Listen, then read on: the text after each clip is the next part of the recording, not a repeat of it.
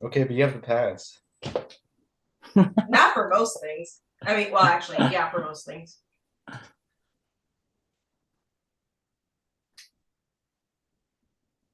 It's good being a biracial person of color and also queer and also mentally challenged in multiple ways. Well, apparently, if you're autistic, you can do and say whatever you want and get a pass. So we have a coworker who she is obviously has a lot of mental shit going on, but at some point she was like, because she barely works, but so she barely works and she's Wait, like, Alex, is that why you're always just claiming turned, that everyone's 18, autistic? Everyone's on the spectrum. A lot of yeah, people- everyone gets a pass. Most everybody has at some point these days have claimed that they're on the spectrum. But not this person, because she said something like, because we asked her, how do you even have all the money to buy all this stuff? You barely work. And she's like, oh, well, I get a check from the government because I'm the R word. And we're like, you can't say that. You can't say R word. You can't say that. Like, why not?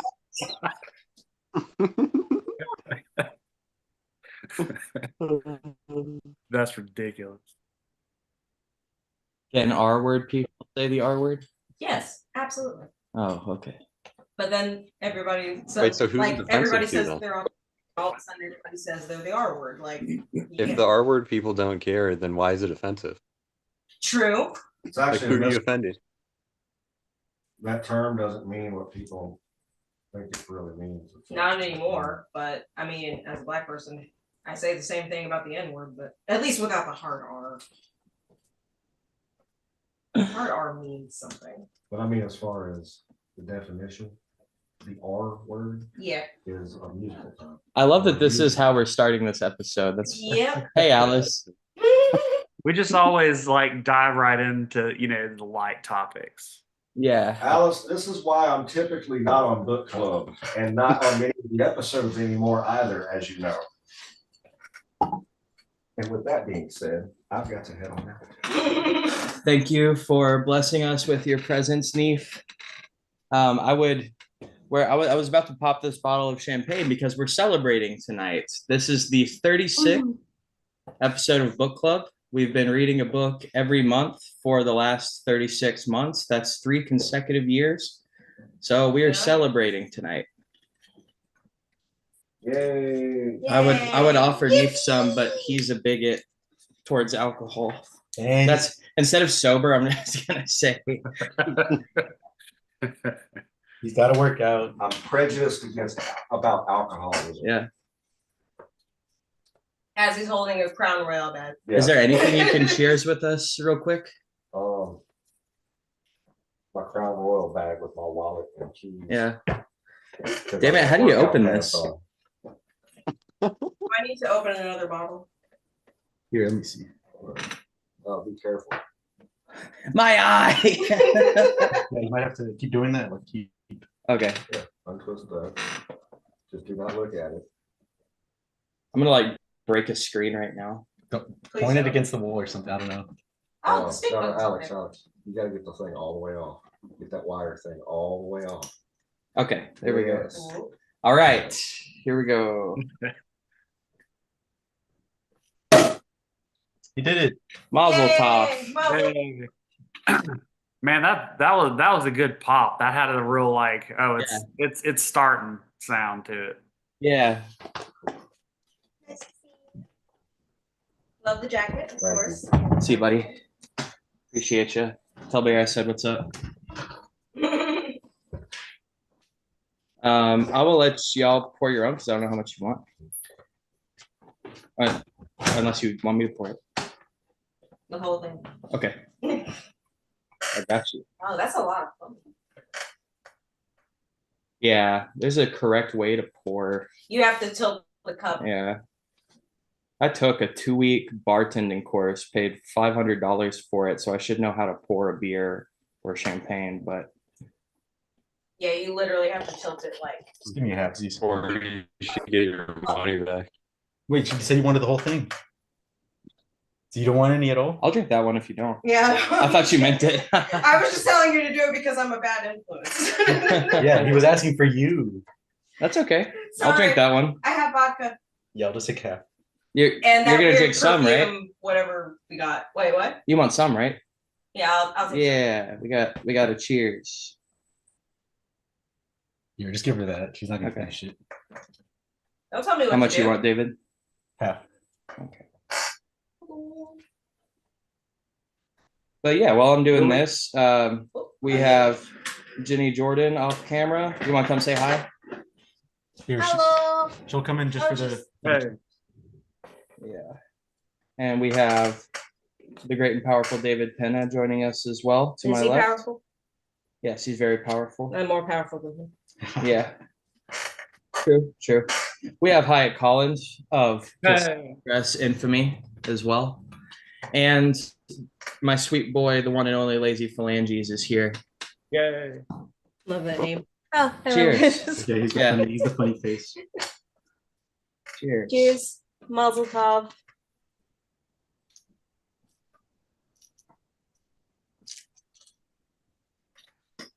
Not bad. I like that. I was afraid it was Very gonna be crisp. way too sugary, but it's I kind of prefer nice. sugary. I prefer this. It wasn't like that's not like super dry, but that wasn't just a whole bunch of sugar. So Masahi. Super dry. super Dry. All right, and with that out of the way, we're talking about Homer's Odyssey. This is a book that was written. A long time ago. Yeah, this is one that The Lazy. Simpsons have been around for a long time. Yeah, This is like, this is like. this long. is like from the first season of The Simpsons, and that's pretty old. That's like 2,800 years ago. I can't So, believe Homer wrote a book. Yeah, pretty wild. Did y'all know that Homer was blind? I did not know that. I was doing some research, and the guy that wrote the Iliad and the Odyssey was blind, which is very interesting. I mean, I'm like 50% blind, so. Yeah, how many epics have you written? Oh, I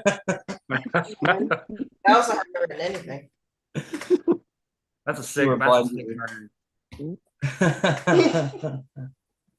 But yeah, Lazy was the one that recommended this. Going into it, when I think of Greek literature, I think of the philosophers. So I was expecting this to be like a metaphor. Very dry. Yeah, very like there's a meaning to it. And it's very like deep and full of wisdom. And instead, what I got was the most hype 80s action flick with Arnold Schwarzenegger or Oh, you so said it. I dropped a hard R. Or like Sylvester Stallone or what's the one that's in The Thing? What's that guy's name? Kurt Russell. Kurt Russell. Yeah, Kurt Russell. Oh, yeah. He would be good as Odysseus. Yeah, Kurt Russell would That'd be be great. a great Odysseus. But that's what it was. I'm like, this is just hype as fuck. From the beginning to the end, I'm just like, this is an action flick. There's This is just violence. yeah, it's got it all. And it's brutal. It's super fucking brutal. And everyone who reads the Odyssey, everyone in the Odyssey, including the gods, and Odysseus himself, all think that Odysseus is the shit. Everyone is like, Odysseus is the coolest guy that's ever existed. At the end, after everything's happened, there's a conversation between Achilles and Agamemnon, and they're kind of like talking about how badass each other are. They're in Hades gossiping about people, and they're like, Agamemnon's like, Achilles, you were the happiest of us. Like you always had a smile. And Achilles is like, we all thought the gods loved you the most because you commanded the most badass army. And then they're both kind of in agreement. It's like, but Odysseus was the coolest. In retrospect, Odysseus was the coolest guy ever. I mean, because the dude had it all. I would argue he was the very first like Gary Stu, like Who? Mary. Yeah. Oh, Mary Gary Sue. Sue. Okay, mean- Gary Stu. Okay. Because he has the charisma, Gary Stu. he has the strength, he has the speed, and like the intelligence. He's got it all. Yeah, I feel like, but the thing about like a Mary Sue, like a Superman character, is they're like infallible. Odysseus is a savage. Like he doesn't spare anybody. He's like very intelligent, but he's a brute, you know? Like hero had a different connotation than we think of now of a hero, where it's like they never do anything wrong, but it's like Odysseus is never in the wrong because it's Odysseus. But when you look at what he did, I mean, okay, so let's talk about when he slaughters everyone in the in the ending. He just pulls out his bow and just starts firing on all these unarmed men. And like in complete fairness, they all had it coming, right? Like they all kind of deserved that, right? Multiple warnings. But then their concubines and whores, he rounds them all up, makes them clean up the mess, makes them clean up all the bodies, and then kills them. Oh, okay. And I mean, like they also like kind of had it coming, but you would it with usually in a story like this, the hero would be like, no, I'm better than them. Like I'm going to like be the bigger person here. Odysseus is like one of them was it the seer was like clutching at his robes, like, please, like I was just here as a prophet, like I wasn't one of the suitors, like please spare me. And he is like, no, I'm not gonna do but I've got a lot to say about this, but I want to give everyone else an opportunity to talk about it.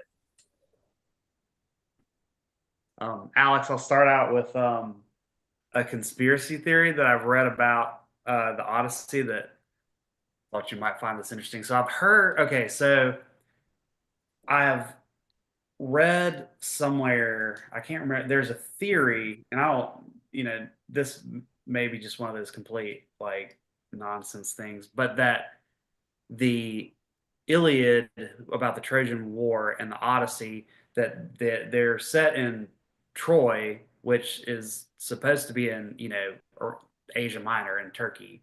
But that there's some theories that the that all of the geographical things that are described, and especially in the Iliad, do not match up with what we think of as the city of Troy, and that it's actually was a story that Homer had heard that had sort of been passed down in the oral tradition, and that Troy was actually somewhere in Ireland or England, and that the rivers match up there, and that instead of it being the Mediterranean that they were having the whole Odyssey in, that it was actually the Atlantic. Wow. Okay. Anyway, so that's Oh, interesting. anyway, something else to put in your pipe and smoke, look into later. Yeah, because when you look at the map, Ithaca is actually like all the way like in the east. Huh. So it would be weird that Troy would be like even more east, and you would just have like an easy way to go up when like the whole journey is almost like from west to east. Gotcha.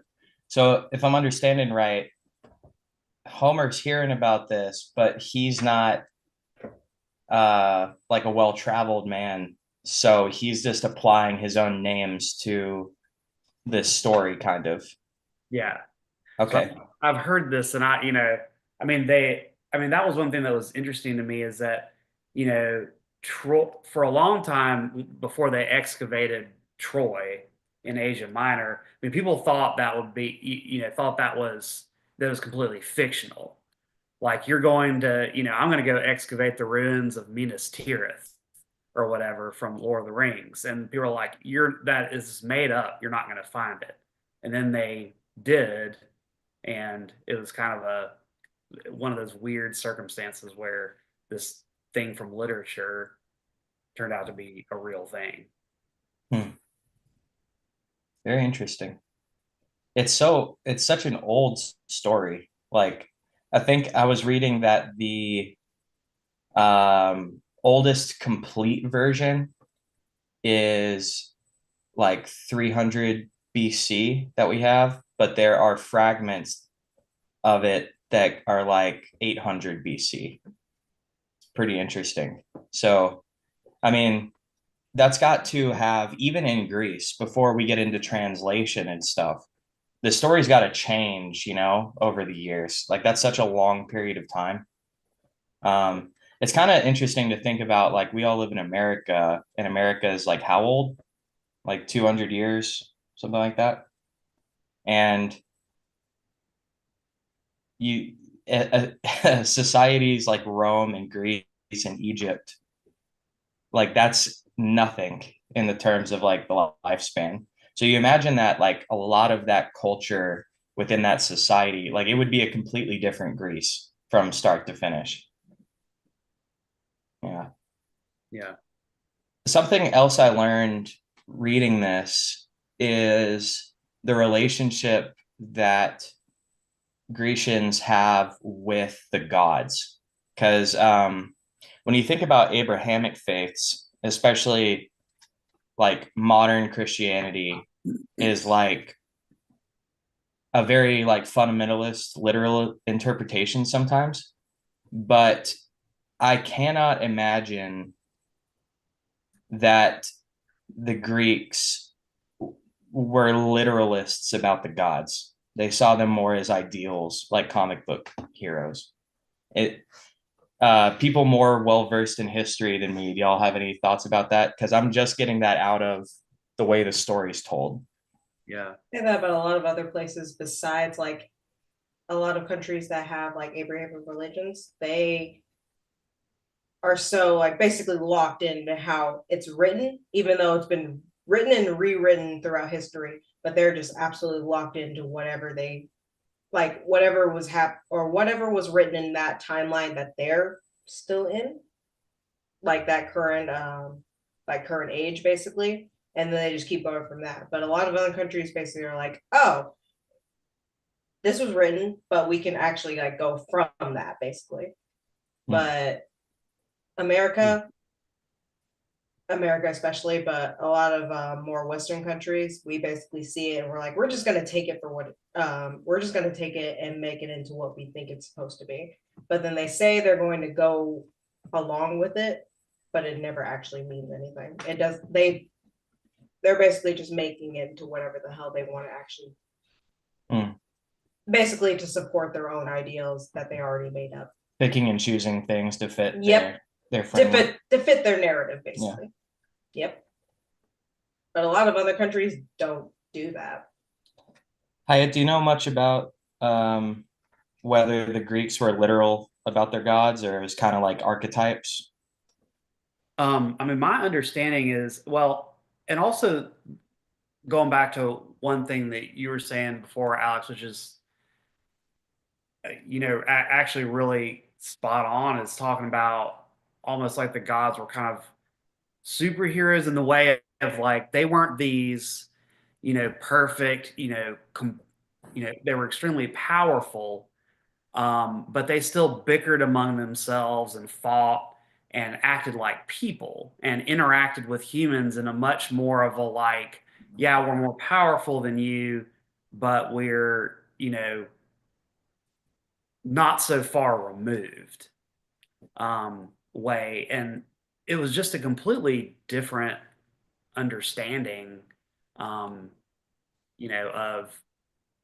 what gods were and their role, and all the various children of all the gods that were half mortal and half human. I mean, in a lot of these myths, they were just kind of everywhere, and it was it was, the gods were much closer to humanity in a lot of, or depicted as that way, not this sort of extremely powerful, eternal, omniscient, omnipotent being, but a lot closer to humans, a lot more like a superhero, like more powerful, but still fighting among each other and still subject to a lot of the same foibles that humans had.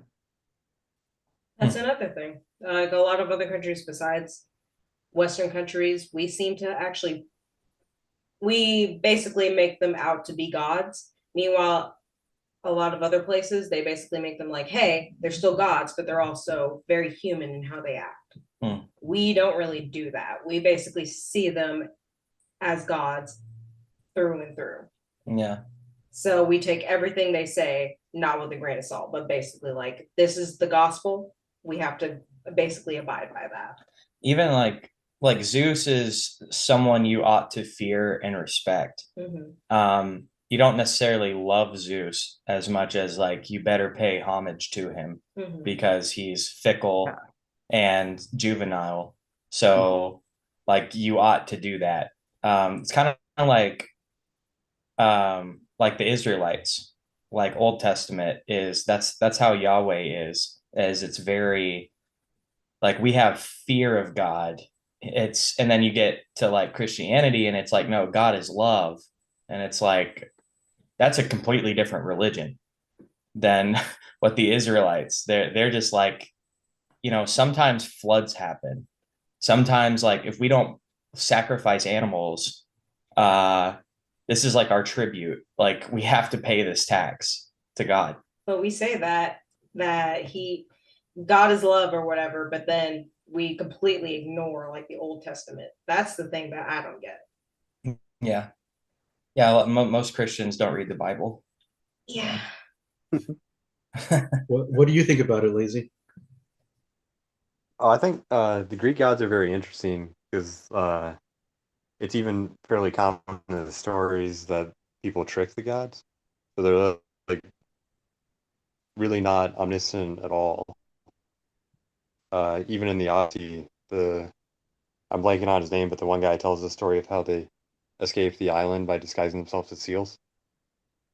And like it seems to be, or like I think Sisyphus famously, who's always rolling the boulder, he's in that position because he kept tricking the gods over and over. So there's a lot of like they really are more like you're saying, like superheroes as opposed to like an all-powerful being. I think one thing that's really interesting is, as far as I'm aware, historically, like the Abrahamic faiths are kind of actually the odd ones out if you go back in time, where people look at that as being like a really weird one. So even if you get into like Rome around the time when Christianity was forming, as far as I'm aware, people kind of had their gods, but they didn't. This idea that someone believed in a god that is your god too was a very weird idea.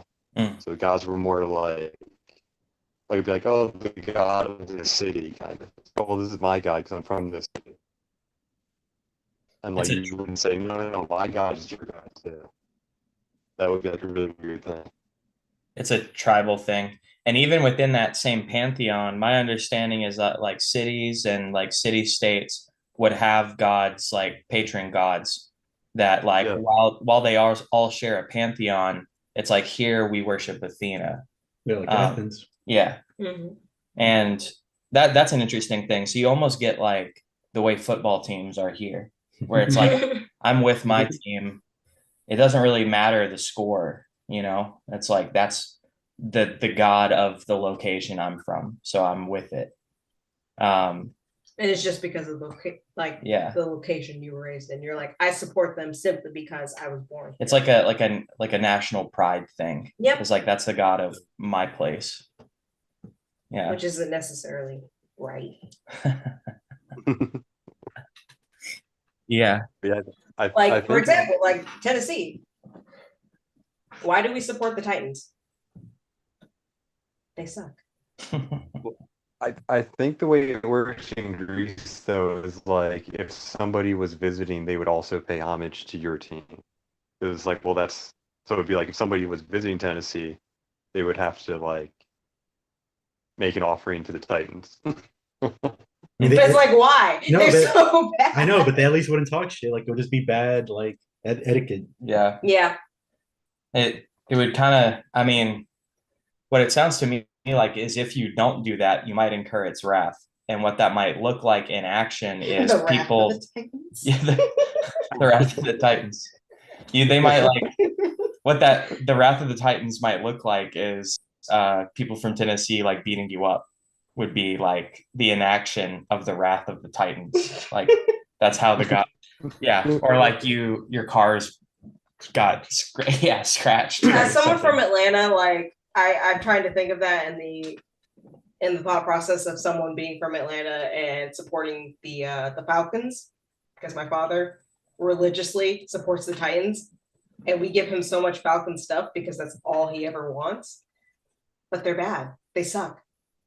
And yet, I would be more afraid of somebody from Atlanta beating me up over the Falcons than I would be of Tennessee beating me over the That's because we don't honor our gods enough here. Oh, really? Yeah.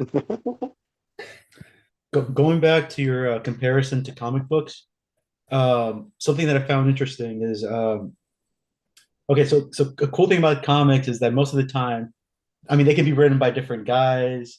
They can have different arcs and different like little like sections. It's never like one big continuous story. They do have like an overall arc and characters, like you said, archetypes, but it's always like their own little adventures. Like the very first time I read the Odyssey was actually through like little like 100-page little books for like kids. And it was like divided into like separate books. And that's because a lot of his adventure are literally like almost little adventures. Yeah. It's like this island. Oh, this time he's fighting these two sea monsters. Like this time he's fighting the Cyclops. And think of like these are stories that are told, by mouth first before the thing about Homer is he's the guy who like pretty much wrote it down into one complete like tome. Gotcha. But before then they were all like little adventures of this archetype of like Odysseus is an archetype. Yeah. That makes sense. Because the Odyssey is like an episodic anime. Yeah. Like Darker Than Black. Or what's another one? Like Mushishi. Where it's like these are the first step Cowboy Bebop. Yeah. Is like the first episode and like episode 6 and like episode 12 are plot relevant. And then you can kind of miss all the other episodes because it's can just say that about a lot of anime. Yeah. Yeah, but you could also even read them separated out, but you still have like an overall like you're not gonna be like so fucked by doing so. Right. Yeah. Like the only important parts that you need are like the very beginning, like the Troy part, and then the last part where he actually returns to the gun and like wipes everybody out. You can miss so many different episodes in between and still have like the overall theme of what the Odyssey's about. Yeah, the Odyssey is like the adventures of Odysseus. It's like basically. Yeah. At least it's not One Piece. So I've got some stuff to say, but before we move on, y'all have any more comments on that? I was gonna say I do think it's interesting that the Greek gods are also exist as like archetypes and kind of aspects of things. So they'll frequently, even though they frequently appear as an actual character, they also appear as like this character is acting a certain way so they can feel like the presence of that god. Like even in the Odyssey where Athena actually shows up multiple times and disguises somebody. There's also a point in I believe it's when Odysseus plays that sport where the disc he throws, and the guy that sees it and says how far it was is like acting as Athena, but it's not actually Athena. Okay. Yeah. There's a couple of parts where Athena seemingly possesses people. Yeah. I was really confused about that because there's the part where I think it's where Penelope is having them draw the bow and shoot it through the axe handles, and Odysseus, disguised as an old man, as a beggar, is like, well, let me try it. And they're like, the suitors are like, no, you old fool. Like, you're just wasting our time. Even Penelope's like, you're kind of wasting our time right now. Like, who are you to even presume to be able to do that. And Telemachus, knowing that it's his dad, is like, this is my house. This is my bow. If anyone's going to make this determination, it's me. If I want to give him this bow right now, none of y'all can say shit about that. It's mine to give. So he does it, and he shoots it through all the axe handles, which a lot of these dudes can't even pull back Odysseus's bow. They can't even string it. Yeah. And I think it's no, it's right after that when they're talking shit to the old man, and he's like, Telemachus is like, this is my guest, and you'll show him respect. If y'all want to fight right now, we'll fight. And they're like, okay, Prince, like, we'll respect your guests. In fact, I have a gift for your guest. And he throws the horn of an ox at the old man, and he ducks out of the way. And Telemachus is like, you're really lucky that missed, because if it hit him, I would drive my spear through your gut, and your father would be planning your funeral, not your wedding. And I think it's right then where all of the suitors break out. It says something like Athena filled the minds of the suitors with a maddening laughter, and the meat that they ate oozed with blood. So it's like, that really confused me, because I don't really know what the story's trying to tell me at that point.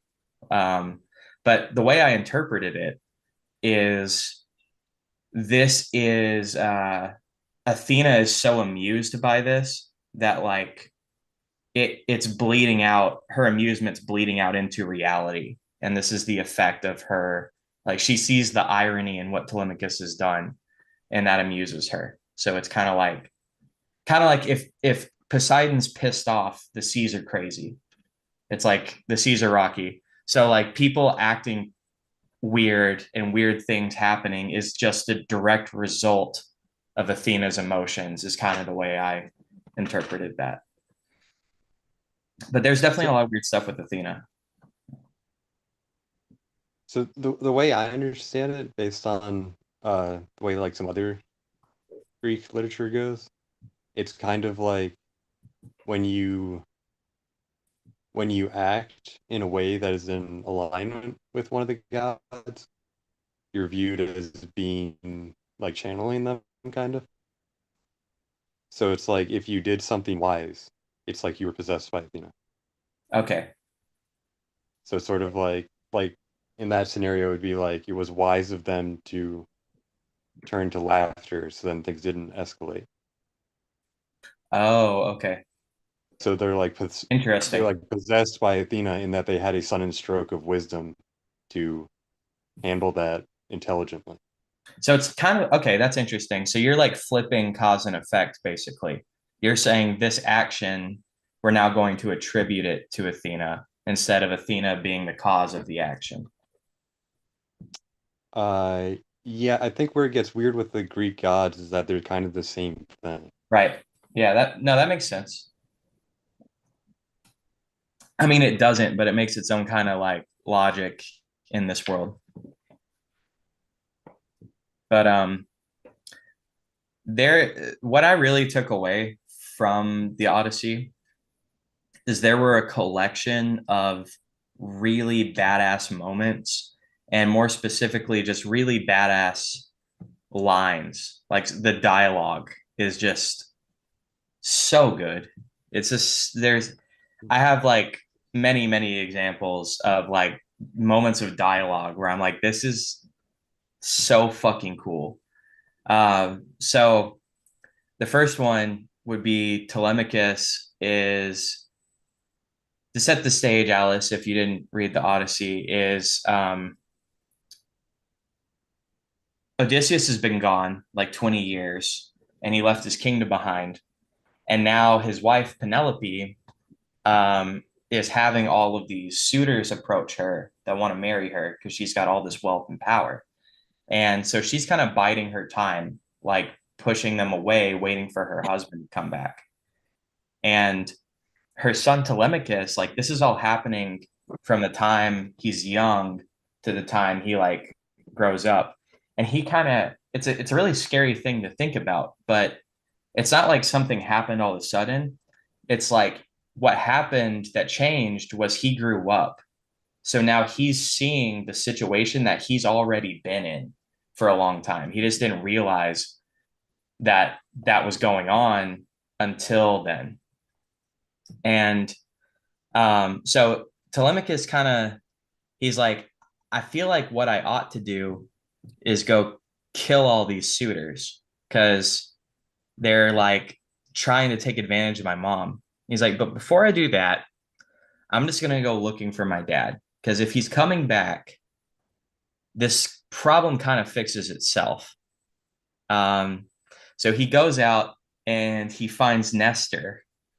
And Nestor was at Troy with Odysseus. And he's like, son, I don't know where your dad's at, but let me tell you something about your dad. Your dad is the most badass motherfucker that's ever lived. And while I don't know what happened to him, I know exactly what he would tell you if he was here. You need to go kill all those sons of bitches. I might be paraphrasing a little bit. That may not be an exact quote. But man, that was such a hype moment. Yeah, but the cool thing is like in those times, because books, especially books were not as common. That's how the story would be told. You could literally tell the story of Odysseus to other people, and you would say it in that way. Yeah, I'm gonna rewrite the Odyssey. No, because you could. No, the thing is, want the Freeman translation. Yeah, because the thing is, you could make a hood version of Odysseus. Might you say yourself? No, and that would be like the way it was done back then. yeah. Yeah, that's like actually kind of the most faithful way to tell it. Yeah, right? but the faithful part isn't like the details, it's like the themes, like the vibes that you're trying to like express, the archetypes. Yeah, for sure. I know what you're saying. But that was the first moment that really like hooked me, where I'm like, y'all, we haven't even gotten to Odysseus yet. We haven't even seen him. And they've set the stage of like the situation's dire and the hero's gone. This is a very archetypal, like, we need a hero to come save the day kind of thing. And Telemachus is probably my favorite character in the Odyssey because he's very human. He's not like his dad. He has these massive shoes to fill that he'll never fill. Like he doesn't remember his dad. He just has heard all of these things about him. An archetype of his dad. Yeah. And he doesn't even really try to fill that. He goes his own way and becomes his own man. And I really like that because it's like, oh, that was the other thing Nestor told him is he's like, your situation sucks. And like, I'm just going to be straight up with you. It sucks that the gods don't love you as much as they love your father.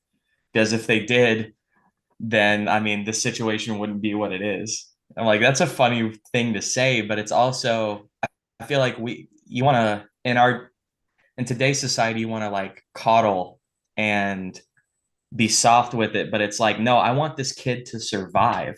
So because the situation he's in, he does not have time to grow up. You got to figure this shit out today. And that's just such it hits so hard. Yeah. Yeah.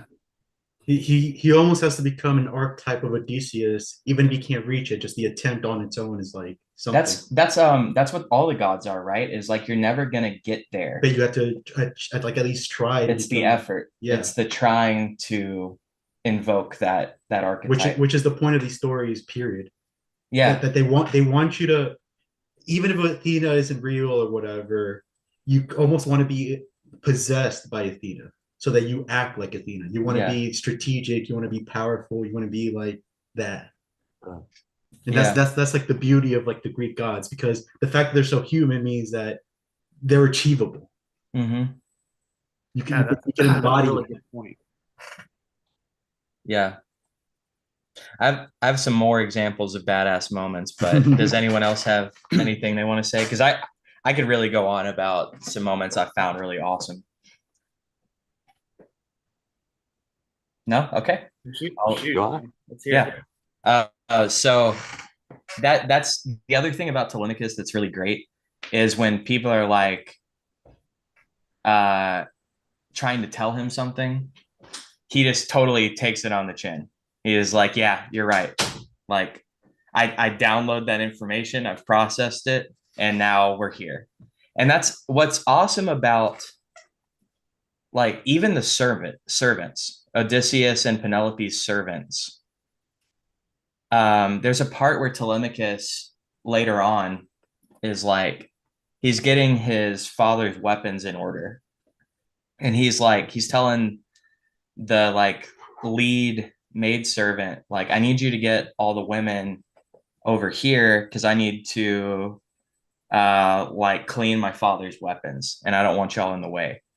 And the servant's like, well, it's about damn time. Like, I wish you would value your parents' belongings like before this moment. It's like, why don't you value the rest of their shit too while you're at it? And it's like their servants just tell it like it is. Because I feel like a lot of dynasties or just people in general, not even like getting into um like monarchies like that, but just people in general, they want to be told what they want to be told. And you do yourself a disservice if the people around you are afraid to tell you the truth. You've done yourself a disservice. But even Odysseus's servants are badasses, where they're just like, while some people might be like, what did you say to me? I could have you flogged for saying that. He's like, yeah, no, you're right. I should. And that's what's so great about Telemachus is this anytime anyone has any criticism or advice or anything, he's just like, yeah. He like takes in the good things. Like yeah. That's his own kind of wisdom. Because he's a young man trying to learn, and like I think that's a good thing to be no matter how old you are. It's like if you ever spent time around young children, you can learn from them if you're willing to pay attention. Like Neef's kid, when I'm over at his house, hearing things he says, he has like such this imagination that I feel like you lose as you get older.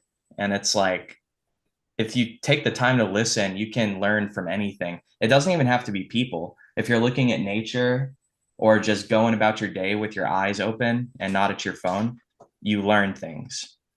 And I think that's Telemachus's greatest ability. Another great moment is okay, so Telemachus is my favorite. Hermes is my second favorite.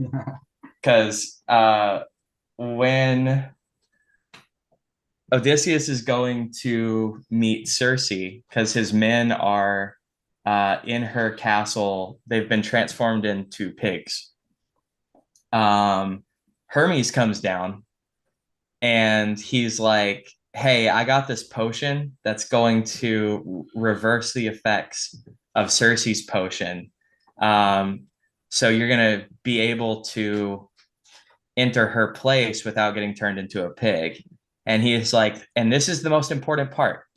He's like, whatever you do, whenever she finds out that her trick has not worked on you, she's going to beg for mercy and then try to sleep with you. Make sure you sleep with Circe. You're gonna want to sleep with Circe. This is crucial.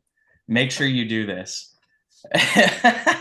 And Hermes is just a very funny character to me because I feel like in pop culture, like the game Hades or the Disney movie Hercules, all of these gods are very one-dimensional. Like Hermes is fast. He's like the Flash. He runs quick. And it's like when actuality, Hermes is kind of a trickster. He's also a chemist. Like he's making these potions. And he's so much more than just quick, Yeah. Do you know about it, the symbol of his staff? Yeah, like where the Blue Cross comes from. Yep. Yeah, medicine. Like the idea of like, Yeah, can you show that to Alice? I don't know. Let me do the blue version. I might show it better. Nope. You gotta wait for it to focus. Let me turn the brightness down a bit too. But yeah, so that is the staff of Hermes. It's also the Blue Cross. It's also, now that we're talking about that, in Judaism, it's called Nehushtan.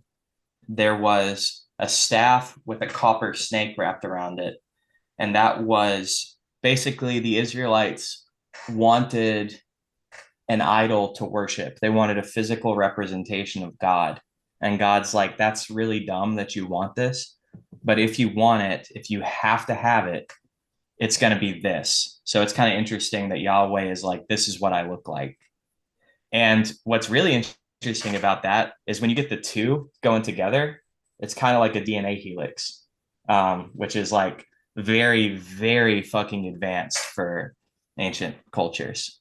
Just weird, right? But those are two very different symbols because Hermes actually represents merchants.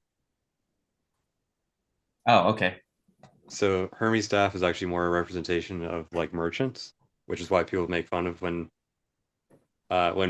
medical buildings have Hermes staff instead of the single snake.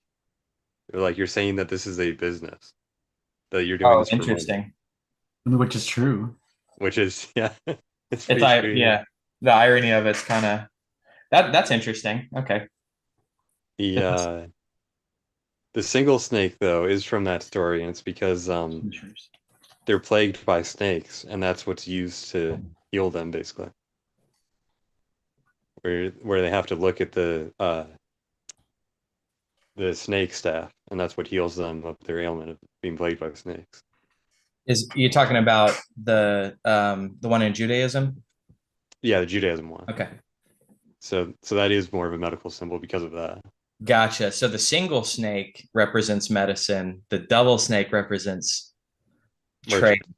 Okay. Yeah, merchant, like trade. Okay. Interesting. Well, I mean, maybe they meant what they said. Yeah. I mean, they're like, was it a mistake, or do you guys know? Yeah. It's a little nod. No, Hermes is great though. There's a bunch of stories of him as a god, and he's always like getting up to mischief and tricking people. And he's a very trickster god, but he's not like Loki. Like, it's not malicious. He's more like a comedic trickster. He's like chaotic good. Yeah. Yeah. This like trolling the other gods. I mean, which you kind of have to when you have gods like Poseidon. Yeah. Poseidon is kind of a temperamental bitch. He's like, yeah. Do you know about Athens? So, Tell me. So Athens, before it became Athens, there was a debate between what patron god they would like, assign themselves to. And it was between Athena and Poseidon. Okay. Interesting. They chose Athena. Well, they made Yeah, the right choice. They both, there's a whole story. They both offered gifts of like, Athena was the olive tree. Oh, cool. And I think Poseidon was a horse. Poseidon is also the god of horses. I've never understood why. He's a brony. Poseidon's a brony, confirmed. Yeah, apparently there's like a whole mythical like seahorse type thing. I forgot what they're called. They start with like an Kelpie. age. Oh, that's the Irish one. But it's Yeah. a similar thing. It's a similar idea. Yeah, it's like a mermaid, but the top half is a horse instead of a Yeah. person. That's horrifying. I don't like Yeah. that. Do y'all have any favorite moments from the Odyssey? One of my favorites is the whole thing where they go to the underworld and they have to feed the god or the ghost's blood to get them to talk. They're kind of giving offering. Yeah, that I don't know why that. Yeah, it's just creepy and really interesting. Just how they just depict the underworld. Yeah, that's right after Circe And that leads into one of Lazy's favorite moments, which is El Pinor, the one that falls off the roof, forgets he's sleeping on the roof and falls to his death, breaks his neck. Uh, We My were favorite talking part about that about the him, other night. I just love his name so much. El Pinor. Pena. For me, it's the whole Cyclops cape story. That one's great too. Why The don't whole you thing. give a I mean, there's not. I mean, it's just the whole nobody thing. Like he blind. Well, before he blinds the Cyclops, he's like, "My name is Nobody." Blinds him, and then when the other Cyclops come in to like be like, "Hey, what's up? Like, is someone killing you? Or is someone hurting you?" Blah blah blah. He replies, "Nobody is hurting me. Nobody is killing me." Blah blah blah. And they're like, "All right, well, I guess you're on your own." It was just so funny. that and so I feel like that's why Athena loves Odysseus so much, is because he's so cunning. Like you got so many examples. Not only is Odysseus like a badass fighter, but his biggest trait is that he's clever. And he's like deceptive and manipulative is what gets him through a lot of stuff. Because you've got that example, and then you've got probably the biggest example would be the Trojan horse in the Iliad. But then going back as an old man to talk to the suitors, like getting within their camp. And then like the thing with the sirens was cool. So basically they're passing through the land of the sirens, and they've already figured out how to do this because the sirens are actually a pretty easy workaround. You just plug your ears because their song is irresistible. You'll jump to your death if you hear their song. But Odysseus is so awesome that he's like, I want to hear the song. So he has his men tie him to the mast, and they all have their ears plugged. So he's begging them, like, when he starts hearing the song, he's begging them, please let me go. There's nothing, I don't want to go home. I don't want to see my wife and kid. I want to plunge to my death. And they have their ears plugged so they can't hear his pleas. That's an awesome moment too. But what you brought up also is he uses the name No One to trick the Cyclops, but in his own pride, he wants the Cyclops to know his name at the end, and that's what bones them is Cyclops are children of Poseidon because Poseidon's a weirdo. So when he learns the name of Odysseus, Poseidon's like, oh, really? It was Odysseus that blinded you. Well, I'm going to be really obnoxious about that. Yeah, I'm going to be a major fucking Karen about it and just... It's terrible. Yeah, Poseidon's kind of the worst. Because everybody else loves him. Like, literally everybody else loves him. Yeah. What's your favorite moment, Lazy?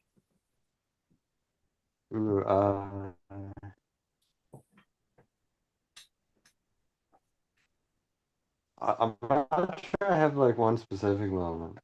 I do like how like even though Odysseus is this hero, how much of what he's actually known for is like being deceitful. Yeah.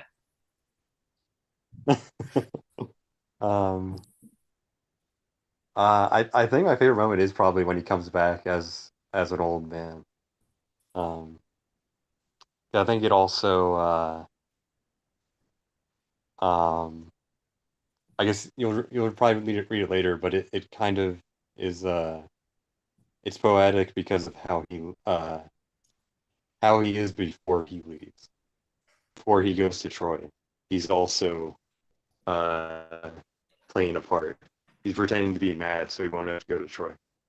Oh, interesting. So then for him to come back, when he comes back, he's playing the part of Nolan. It's kind of, I think there's like a nice like full circle there.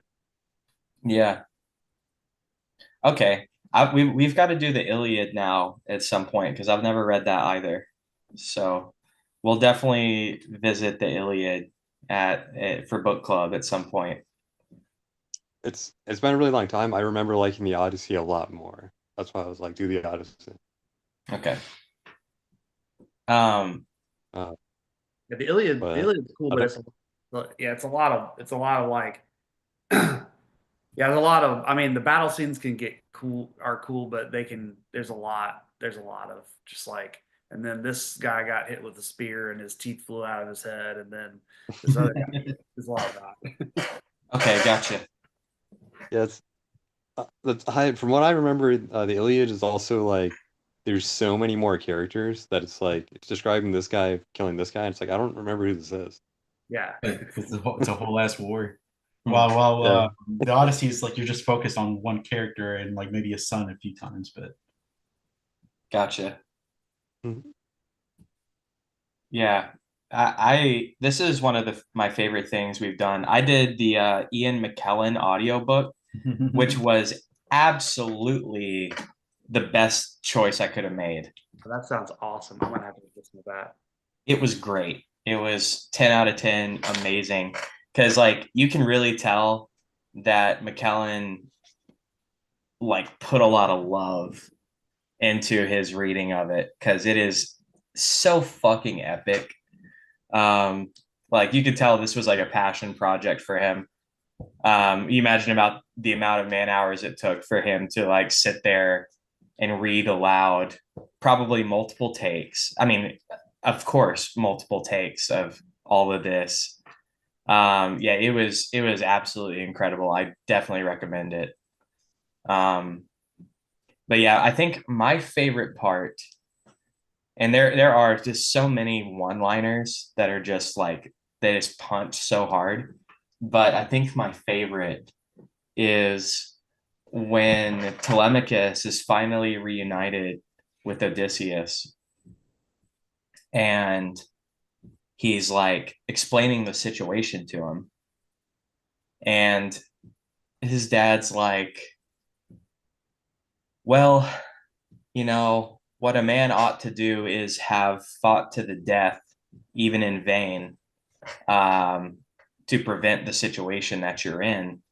And Telemachus is like basically meeting his dad for the first time. This is his first like one-on-one conversation with his dad.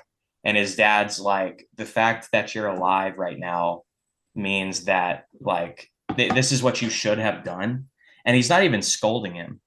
He's just like, we live in a warrior culture. We live in a harsh world. And I would be doing you a disservice to not tell you the truth. And it's like, there is nothing more valuable than your pride. Like you should have fought them all. And even if that costs you your life. And Telemachus totally like, he's not emotional about it. He just totally takes it. He's like, you're right. Like basically like, and what's interesting about that too, is he already came to that conclusion himself. Even before Nestor told him he was going to do that. But he doesn't tell his dad, well, I was going to, but I was going to seek you out first to make sure you were alive. He doesn't do any of that. He's just like, you're right.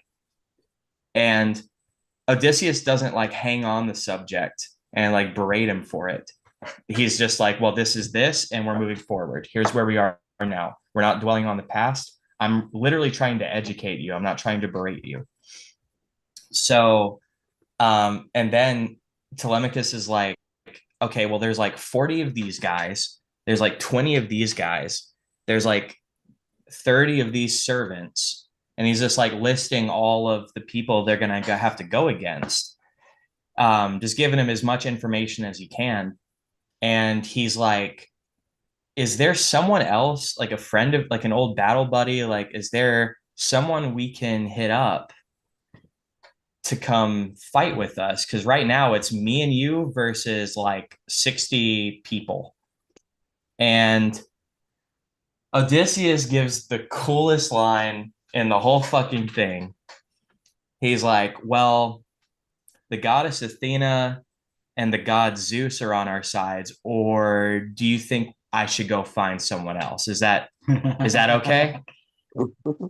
And I'm just like, oh, that's so, because in the case of the Odyssey, the gods exist and they have like a very like direct role Yeah.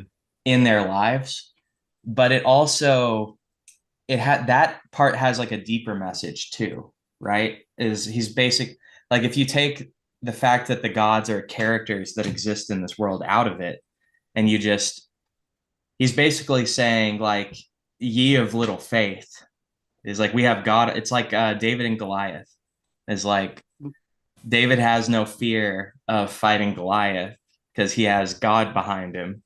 And it's like he's basically like we Athena helped us take Troy. You think 40 men, 60 men, 70 men are gonna be able to stop her? Like he's like, I promise you, as soon as we start slaying these assholes, Athena's gonna be there with us. And it was just the most hype moment ever. You really feel like, yeah, anything they do is gonna succeed because they have Athena on their side. Anyway, Yeah. that one really hit hard for me. Yeah, I mean, yeah, there's a reason why this has stuck around so long. I mean, there's so many, I don't know, yeah, cool images and stories and sub things in this. Lazy and I were talking the other day about we cheated because we kind of had book club about this, the two of us already, but Mostly just talking about Elpenor. Elpenor. That part's hilarious. His whole legacy is he fell off a roof and broke his neck. But there are some things like we just read The Haunting of Hill House last month, which is like 1950s, the beginning, and there are older haunted house stories, but this is like the staple haunted house story, written by Shirley Jackson, just very prolific horror author.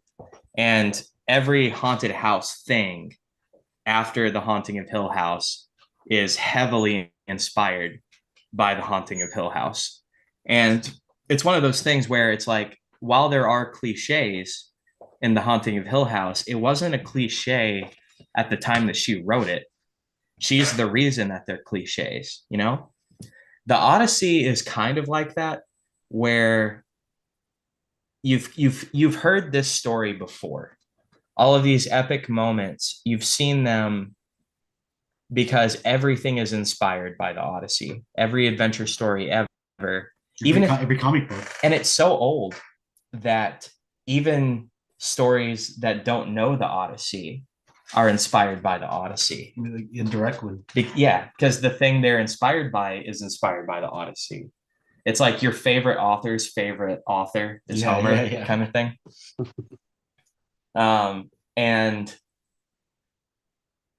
But what Lazy pointed out is what's really fucking interesting about the Odyssey is if it came out today, like a modernized version of it, but the same story,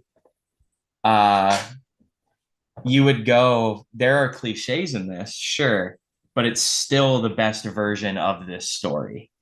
Like it is still, even if those tropes are already existing, it is still the best version of what it is. And that's like, it's got to be one of the best things ever written for sure. It stands the test of time. As Hiatt pointed out, there's a reason that like we're talking about it right now. There's a reason it's so impactful. Yeah, that's really all I got. What do you guys got? Anything else?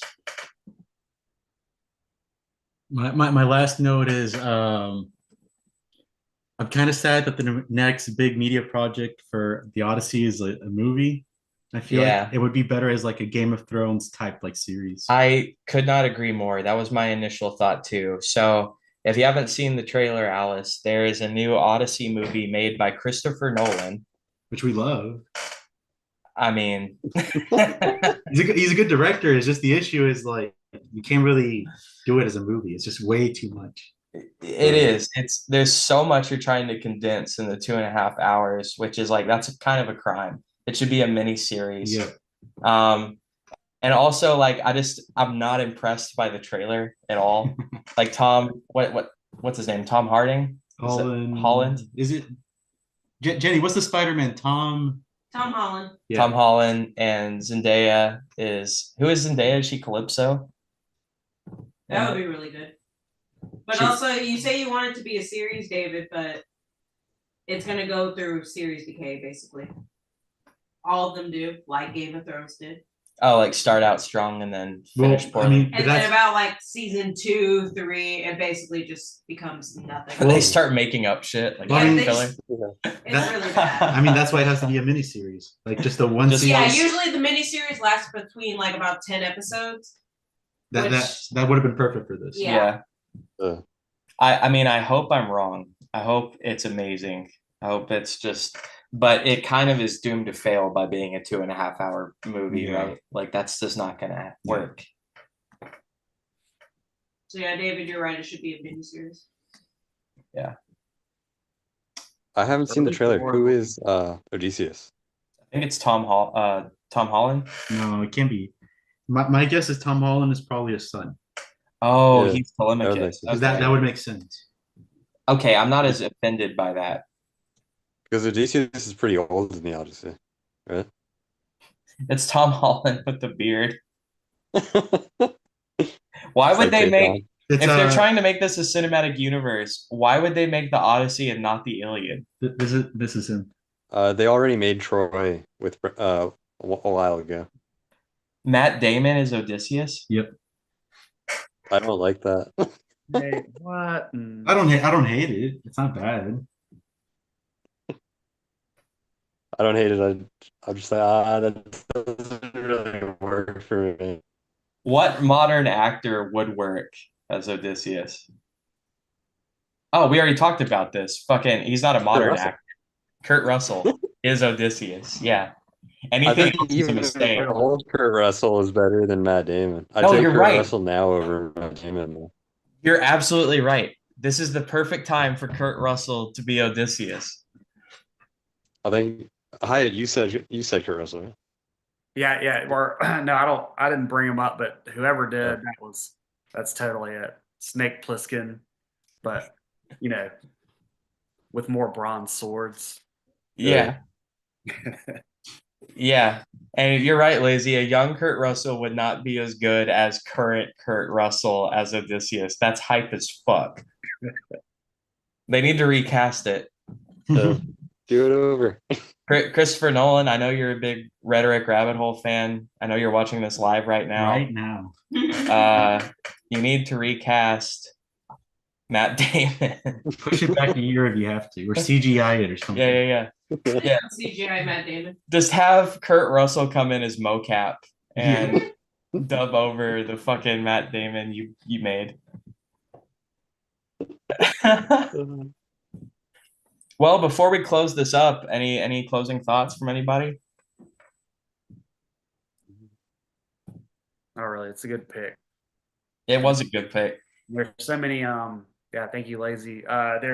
Just all the things. Yeah, like Alex, like you were talking about the whole, lashing yourself to the mast. I mean, there's so many things like that. They're just, there is, turns of phrase that are as much part of English as like things from Shakespeare. Just these sort of concepts and ideas. Anyway, it's cool. Yeah. This is hands down one of my favorite things we've done for book club. It was so much fun.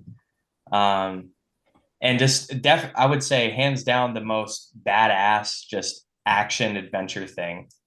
Again, I thought I went into it going like, oh, there's going to be so much like nuance and like stuff to dive into, which to be fair, there is, right? Like there is a lot of like symbolism and like, you can get deep with it, but it's secondary. It's not the focus. Yeah. And that lends to the philosophy, right? Because they're not trying to do philosophy. They're doing this action adventure thing where now you can it's not forced down your throat. You can extrapolate Yeah, the lessons from it. because it's very archetype focused. Yeah. It created those archetypes, you could even say. Yeah. I will say also, there is so much inspired by it, but for me personally, every time that there's something where people are like, "Oh, it's actually the Odyssey," like that movie "Oh Brother, Where Art Thou" is actually the Odyssey. But Yep. I feel like I never make the connection until like someone brings it up. Like I feel like the Odyssey still feels very unique in like each thing that happens. Like it's not like, oh, the harpies are like this common cliche. Like the guy being listening to harpies, like that. Not like I can't really off the top of my head say I've seen that anywhere else, or like the Scala, or even him with the Cyclops. Of that whole thing is like such a well-known story, and there's other like are heavily inspired, so you can draw a parallel between.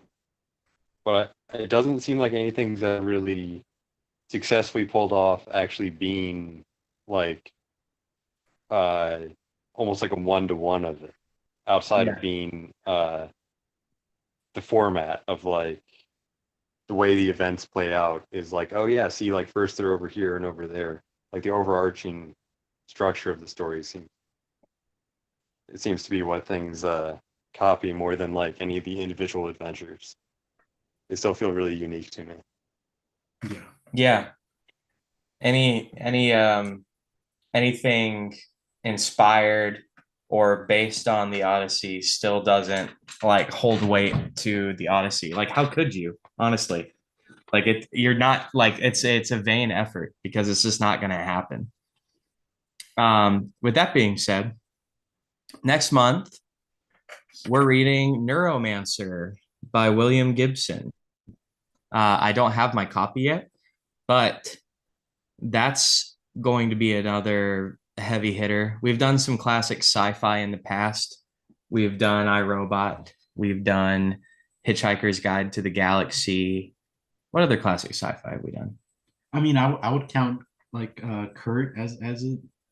What is it? Kurt Vonnegut. Oh yeah, Slaughterhouse 5. Mhm. Yeah. I mean, they talk about aliens and all this other shit. So that definitely fits in that category for sure. Oh, and how am I forgetting Starship Troopers? True. So that seems to be, yeah, that's become a big thing for book club, is epic old school sci-fi. And Neuromancer comes recommended by Neef. That's one of his favorite books. I'm very much looking forward to reading that. What I know about it, just some of the topics it covers, I've not really seen in a lot of other sci-fi stuff. Which it's kind of weird that Neuromancer hasn't been adapted. But there have been things that are inspired by it. For sure. So I'm very excited about that. That's going to be a good read. Now, Cassette Stress has some shows coming up.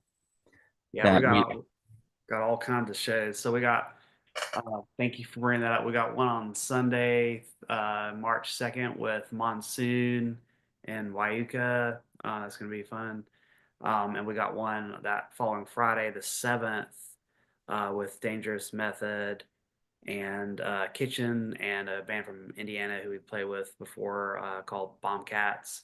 And then we're doing some shows on the road. So we're looking forward to all that. Hell yeah. Where is the Friday show? That's at it's a house venue called High Ground. I'll send that to you. Okay, thank you. Yeah, for both of the ones you mentioned, I think just hit up Cassette Stress for address on those. And then we haven't announced it yet, but I'll just go ahead and do that here because why not? I'm pretty sure, I mean, you and I haven't talked about it, but I'm pretty sure that y'all are playing Bunny Roo this year. Yeah. We are. Hell yeah. I didn't want to like spill the beans if there was any. Yeah.